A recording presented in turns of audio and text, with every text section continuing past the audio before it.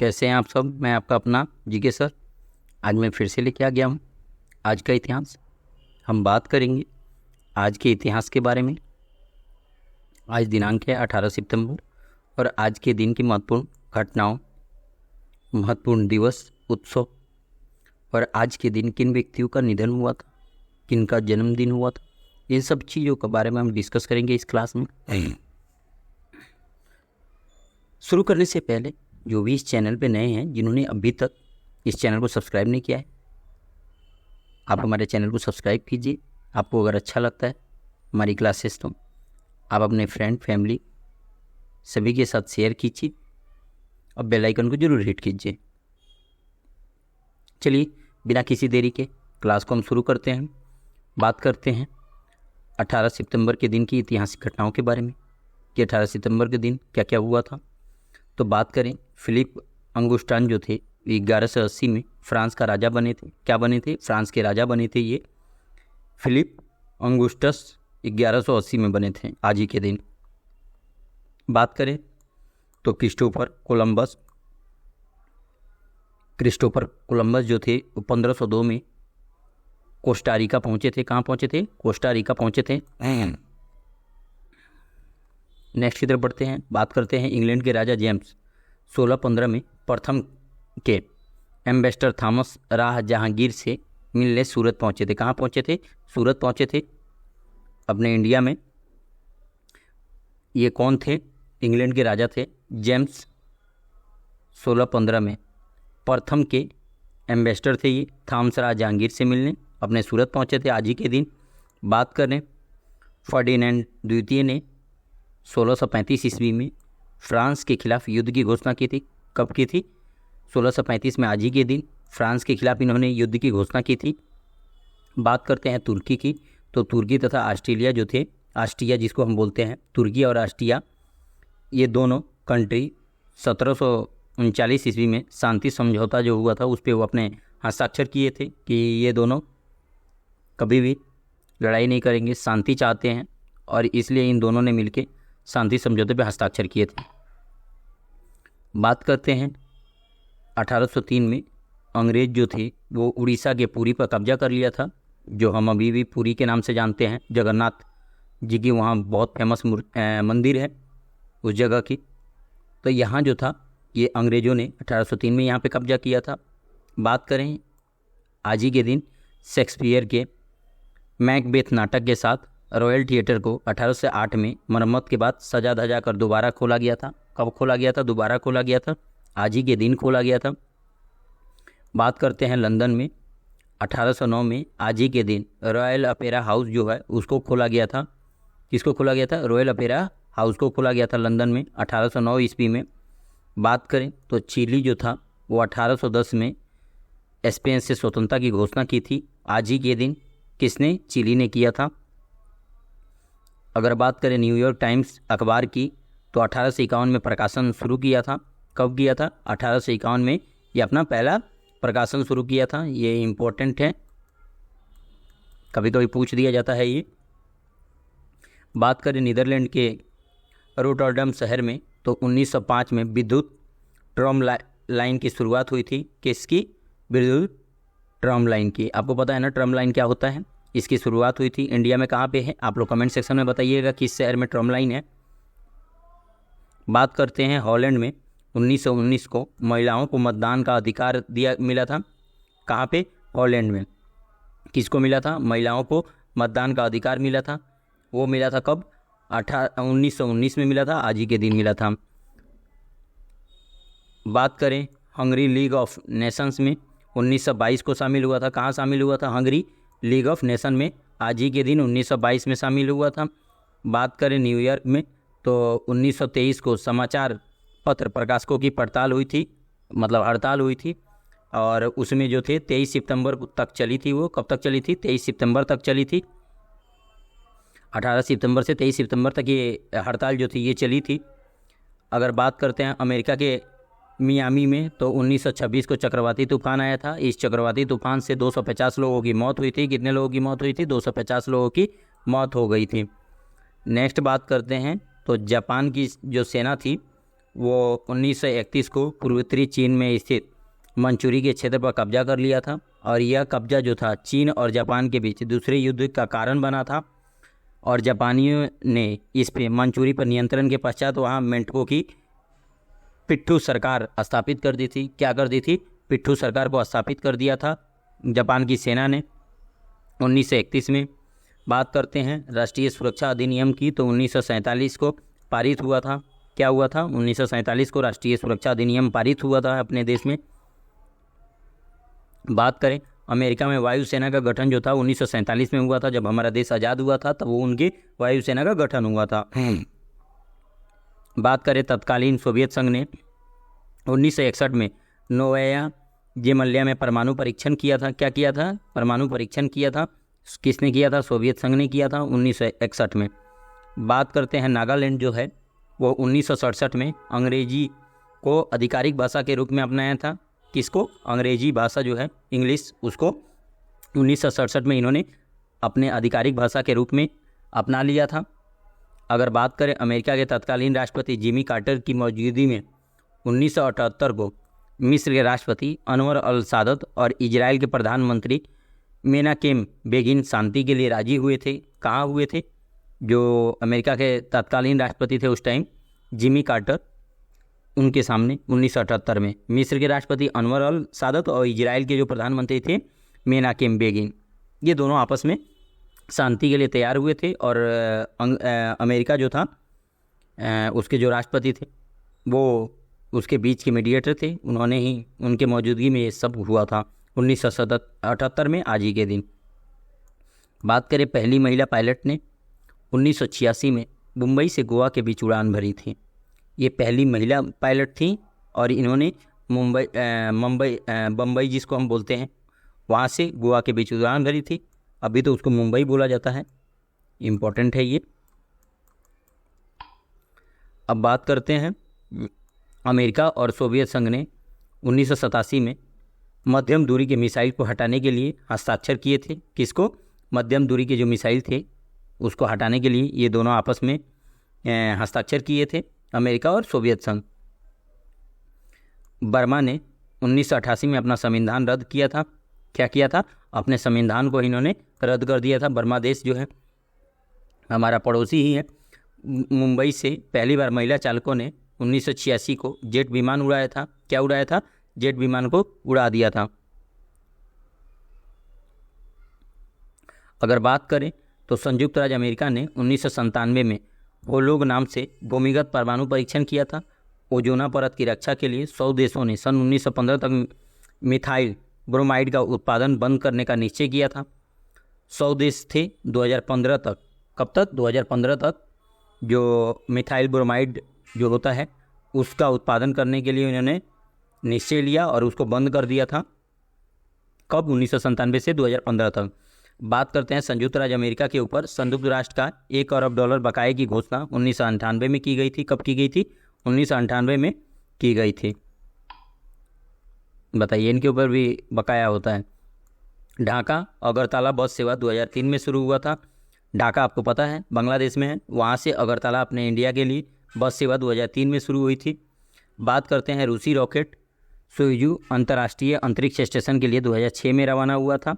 और संयुक्त राष्ट्र महासचिव पद की दौड़ में अफगानिस्तान के पूर्व वित्त मंत्री अशरफ गनी जो थे वो शामिल थे। कौन? अशरफ गनी। कब? 2006 में। अभी तो राष्ट्रपति थे जब तालिबानियों ने कब्जा किया, उस टाइम अशरफ गनी जो थे वो राष्ट्रपति थे।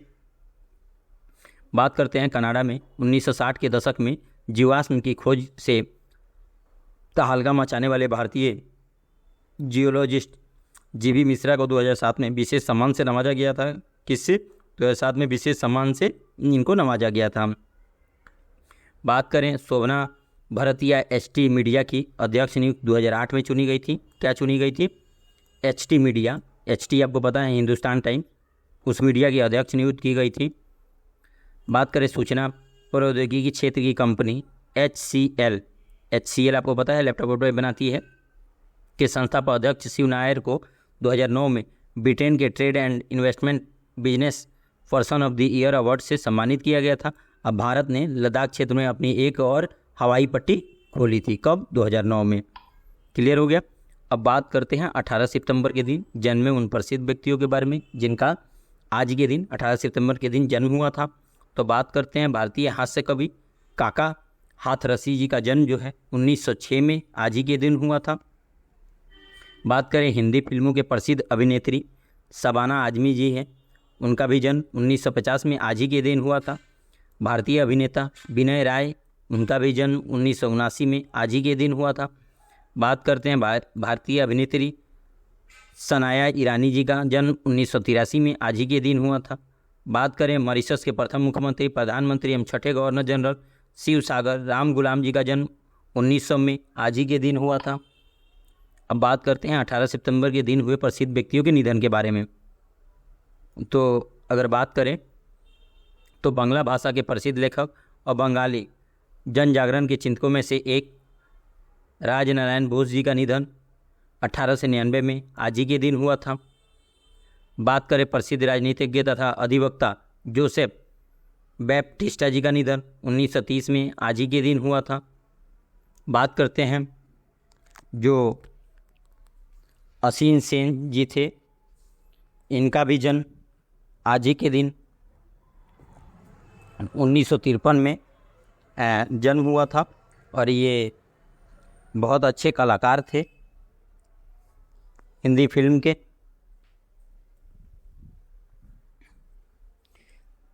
हास्य अभिनेता थे। इनका भी निधन जो था 1953 में आज ही के दिन हुआ था। बात करते हैं स्वतंत्रता सेनानी सर गंगाधर दास जी का निधन 1957 में आज ही के दिन हुआ था। अब बात करते हैं भारत रत्न से सम्मानित स्वतंत्रता सेनानी समाज सेवी और शिक्षा शास्त्र भगवान दास जी का निधन आज ही के दिन 1958 में हुआ था। बात करते हैं संयुक्त राष्ट्र के दूसरे महासचिव डैग हैमर एस्क्वाजोल्ड का निधन जो था वो उनका भी निधन आज ही के दिन 1961 में हुआ था। बात करें भारत के पहले मुस्लिम मुख्य न्यायाधीश एवं भारत के प्रथम कार्यवाहक राष्ट्रपति मोहम्मद हिदायतुल्लाह जी का निधन जो था 1992 में आज ही के दिन हुआ था। बात करें मराठी भाषा के प्रसिद्ध साहित्यकार शिवाजी सावंत का निधन 2002 में आज ही के दिन हुआ था। अब बात करते हैं महत्वपूर्ण उत्सव और दिवस के बारे में। तो अंतर्राष्ट्रीय सम्मान वेतन दिवस। अब सम्मान वेतन दिवस क्या होता है कमेंट सेक्शन में बताइए। इसको पढ़ के आपको क्या लगता है, किस किस को पता है कमेंट सेक्शन में फटाफट बताइए। तो सम्मान वेतन दिवस का आप क्या समझते हैं इससे?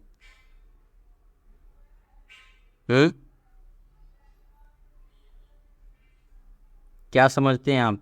बात करें 18 सितंबर को मनाया जाने वाला अंतर्राष्ट्रीय समान वेतन दिवस एक महत्वपूर्ण वैश्विक पालन है जो समान मूल्य के काम के लिए समान वेतन के लिए चल रहे संघर्ष पर प्रकाश डालता है। यह दिन मानवाधिकारों को बनाए रखने और सभी प्रकार के भेदभाव विशेष रूप से महिलाओं लड़कियों के खिलाफ भेदभाव का मुकाबला करने के लिए संयुक्त राष्ट्र की प्रतिबद्धता को रेखांकित करता है। एक महत्वपूर्ण मुद्दा जो इसे संबोधित करता है वह है लिंग वेतन अंतर जो दुनिया के विभिन्न हिस्सों में जारी है। लिंग वेतन अंतर असमानता का एक स्पष्ट प्रतिनिधित्व है। ये पुरुषों और महिलाओं की औसतन कमाई के बीच के अंतर को निर्धारित करता है जिसे आमतौर पर पुरुषों की कमाई के प्रतिशत के रूप में व्यक्त किया जाता है। उदाहरण के लिए अगर बात करें 2023 में तो संयुक्त राज्य अमेरिका में महिलाएं पुरुषों द्वारा अर्जित प्रत्येक डॉलर के लिए औसतन 82 सेंट कमाती हैं। इस स्पष्ट अंतर का मतलब है कि महिलाओं को पुरुषों की तुलना में केवल 12 महीनों में कमाने के लिए 15 महीने से अधिक काम करना पड़ता है। जैसे मर्दों को है 12 महीने का काम करना पड़ता है तो औरतों को 15 महीने काम करना पड़ता है उतना कमाने के लिए।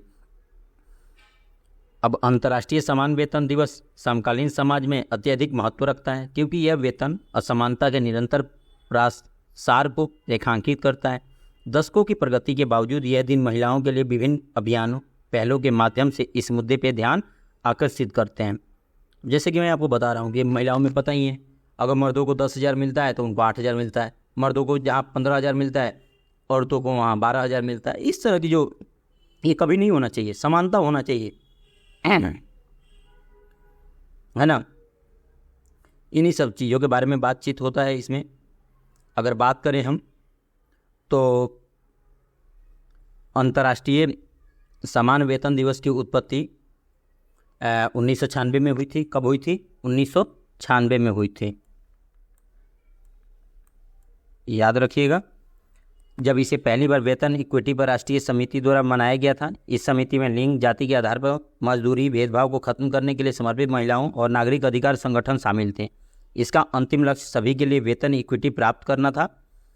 यह 2019 तक नहीं था, क्योंकि समान वेतन अंतर्राष्ट्रीय संगठन ने आधिकारिक तौर पर जागरूकता बढ़ाने और कार्रवाई करने के लिए अंतर्राष्ट्रीय समान वेतन दिवस को मान्यता दी थी। संयुक्त राष्ट्र 2020 में इस प्रयास में शामिल हुआ, जब उन्होंने 18 सितंबर को पहला अंतर्राष्ट्रीय समान वेतन दिवस मनाया, जो वेतन समानता के लिए वैश्विक लड़ाई में एक महत्वपूर्ण क्षण को चिन्हित करता है। अंत में अंतर्राष्ट्रीय समान वेतन दिवस वेतन समानता और लैंगिक समानता के लिए चल रहे संघर्ष के एक शक्तिशाली प्रतीक के रूप में खड़ा है। यह उस काम की याद दिलाता है जिसे अभी भी यह सुनिश्चित करने के लिए किया जाना है कि सभी व्यक्तियों को उनके श्रम के लिए उचित मुआवजा दिया जाता है, चाहे उनका लिंग कुछ भी हो। क्लियर हुआ आप सबको? तो अंतर्राष्ट्रीय समान वेतन दिवस की उत्पत्ति कब हुई थी, ये क्वेश्चन रहेगा आप लोगों के लिए। और ये आता है यही क्वेश्चन कि अंतर्राष्ट्रीय समान वेतन दिवस की उत्पत्ति 1996 हुई थी, जब इसे पहली बार वेतन इक्विटी पर राष्ट्रीय समिति द्वारा मनाया गया था। ये क्वेश्चन रहेगा। अब नेक्स्ट बात करते हैं विश्व बांस दिवस के बारे में। किसके बारे में बात करते हैं? विश्व बांस दिवस के बारे में। तो आपको नाम से ही पता चल गया होगा कि विश्व बांस दिवस प्रतिवर्ष मनाया जाता है, 18 सितंबर के दिन मनाया जाता है।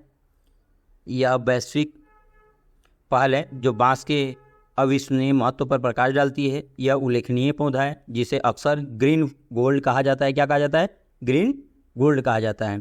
सतत विकास, गरीबी उन्मूलन, पर्यावरण संरक्षण और सांस्कृतिक संरक्षण में अपार क्षमता रखता है। विश्व बांस दिवस बांस के असंख्य लाभों और वैश्विक चुनौतियों को दूर करने में इसकी भूमिका के बारे में जागरूक बढ़ाने के लिए एक मंच के रूप में कार्य करता है। क्या काम करता है? ये मंच के रूप में काम करता है। बांस तेजी से बढ़ती घास का प्रकार है। अपने